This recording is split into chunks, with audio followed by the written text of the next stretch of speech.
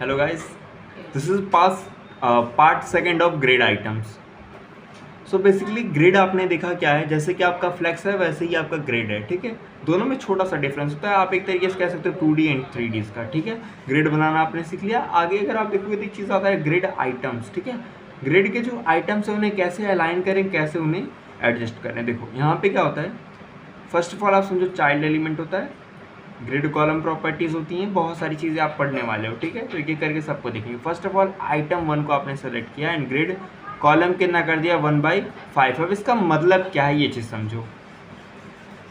And इसी प्रकार से आप क्या कर सकते हो 1/, देखो यहाँ पे लिखा है स्पैन 3। इसका मतलब क्या है, देखो अगर यहाँ पे आप समझोगे तो यहाँ पे लिखा है ना make item 1 start on a column 1 and and before column 5, यानी कि स्टार्टिंग तो आपका 1 से होगा लेकिन ये 5 से पहले ख़त्म हो जाएगा। उसी प्रकार से यहाँ पे क्या है, स्टार्टिंग होगा 1 से एंड स्पैन 3 तक के कॉलम्स के लिए ये माना जाएगा। जैसे कि ये देखो 1 हुआ, 2 हुआ, 3 हुआ, 4 हुआ और ये 5वां हुआ। तो मैंने बोला ना एक कम चलता तो उससे कम, यानी कि यहाँ पर। और यही चीज़ अगर आप बढ़ा दो, कुछ और कर दो तो वो उतना चलेगा। जैसे मैंने कहा 1/5 नहीं, 1 मेरे को 6 चाहिए, तो ये क्या करेगा 1/5 तक के एलिमेंट्स को कंसिडर करेगा, ठीक है। एंड स्पैन का मतलब क्या होता है वो भी आप देख लो। एंड एक चीज़ और देखोगे तो स्पैन 2/3 एंड सो ऑन है। आप इन सबको प्रैक्टिस पे अपने देख सकते हो, ठीक है। बहुत अच्छा एक्सपीरियंस इसमें मिलेगा। जैसे कि 1/स्पैन 3 है, इसका मतलब क्या है 1 2 3। आप कहोगे ये तो एक कम चलता है ना। हाँ, अगर मैं ये स्पैन की जो प्रॉपर्टी है ये हटाकर ये इतना करूँ तो देखो ये उतना ही रहेगा, लेकिन अगर मैं यही स्पैन डाल देता हूँ तो इससे क्या होता है, उससे कम चलता है, ठीक है। तो बेसिकली ये सारी प्रॉपर्टीज़ होती हैं, ठीक है।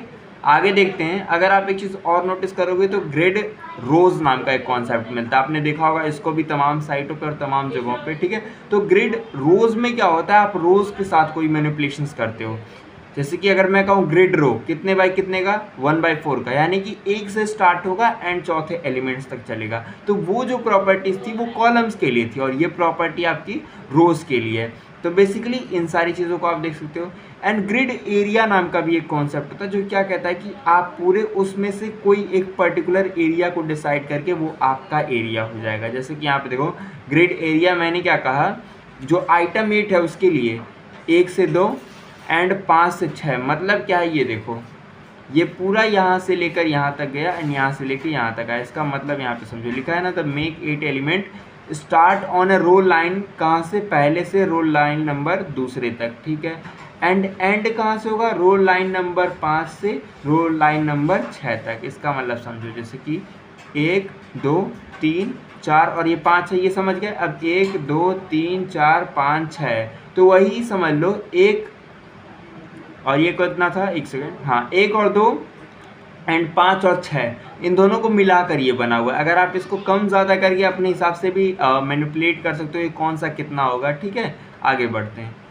एंड स्पैन वगैरह दोगे तो वो थोड़ा एक्सटेंड हो जाएगा, यानी कि अगर 5 है तो 5 लेगा, 6 है तो 6 लेगा।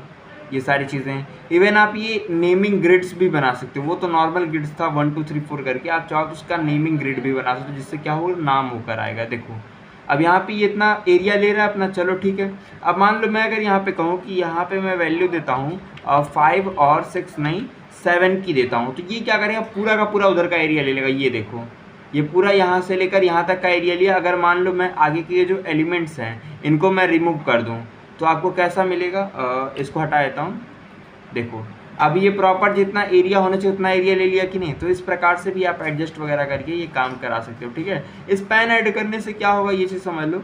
बेसिकली वही पुरानी चीज़ कि जितना है उतना ले लेगा, SPAN स्पैन ऐड कर दो और यहाँ पर भी क्या करो स्पैन ऐड कर दो एंड इसे रन कर दो, फिर एक एक्स्ट्रा पे चल जाएगा। ये देखो एक एक्स्ट्रा पे चला कि नहीं। तो बेसिकली इस हिसाब से आप स्पैन या फिर नॉर्मली यूज़ करके उसे वर्क में ले सकते हो, ठीक है। एंड तमाम चीज़ें हैं। इसी प्रकार से आप अपना खुद का एरिया बना सकते हो। जैसे कि देखो ग्रिड एरिया माई एरिया बना है और जब भी आपको यूज़ करना होगा तो आप इस वेरिएबल्स को यूज़ करके काम कर सकते हो। ऐसे डॉट डॉट स्प्रेड करके आगे बढ़ा सकते हो। बहुत सारी चीज़ें हैं, आप इन सारे रेफरेंसेस को W3 स्कूल की साइट से खुद से पढ़ सकते हो। डॉक्यूमेंटेशन हैं और इनका जनरली कहोगे ज़्यादा यूज़ नहीं किया था। जो पहले आपने प्रीवियसली दिखा था पहली वीडियोज़ में उसका सबसे ज़्यादा इस्तेमाल किया था। हाँ, इस हिसाब से आप चाहो तो इनको मीडिया क्वेरीज के साथ भी वर्क में ले सकते हो। कि आप चाहो तो इन्हें आइटम 1 के लिए कुछ और, आइटम 2 के लिए कुछ और एंड आइटम 3 के लिए कुछ और कर दो, जैसे कि एग्जांपल लेके समझते हैं, ठीक है। एंड ये नॉर्मल है आपका। देखो अब अगर आप कहोगे तो यहाँ पे क्या है, रिसाइजेबल ऑर्डर्ड स्मॉल। अगर 1 की बात करूँ, 3 की, 4 की, 5 की, 6 की, तो सबका अलग अलग होगा। अभी आप कौन से ऑर्डर पे है, 450 पिक्सल के। अगर मैं बढ़ा दूँ, ये देखो 677 पिक्सल्स, यानी कि 600 पिक्सल्स के ऊपर अगर आप जाओगे तो ये नॉर्मली जैसा दिखेगा वैसा दिखेगा। लेकिन जैसे ही आप 500 के अंदर आते, ये देखो, ये 500 के अंदर आते, ये देखो इसका साइज़ क्या हो गया, अलग ही हो गया। तो ये सारी चीज़ों को भी आप खुद से मेंटेन कर सकते हो, जिससे आपकी वेब रिस्पॉन्सिव रहे, ताकि यूज़र एक्सपीरियंस ज़्यादा मिले, ठीक है।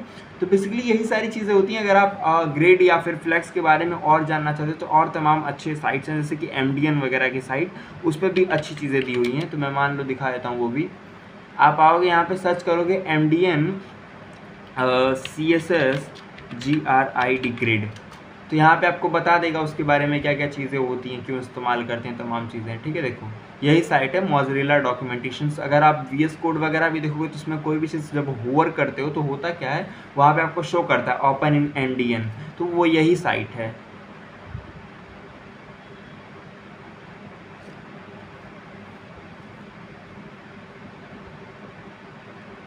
हल्का सा टाइम ले रहा है खुलने में।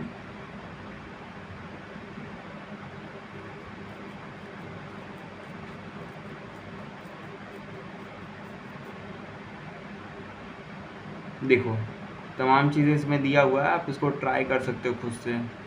ग्रिड का ऑटो कॉलम प्रॉपर्टी और तमाम प्रॉपर्टीज, इनमें अगर आप देखोगे तो बहुत सारी चीज़ें मिल जाती हैं। Inline value, syntax, format, example, A to Z जो जो चीज़ें आपने पढ़ रखी है वो सारी चीज़ इसमें आपको मिल जाएंगी CSS के अंदर की, देख लो। मतलब बेसिकली अगर मैं कहूँ तो ये MDN की जो साइट है ये बहुत डीप में चीज़ों को बताती है, ठीक है। चलो आगे देखते हैं। बाकी और कुछ नहीं, अगर और भी कोई डाउट हो तो आप मेरे को DM करिए इंस्टाग्राम पे, मैं आपको बता दूंगा, ठीक है। मिलते हैं नेक्स्ट वीडियो में, तब तक के लिए।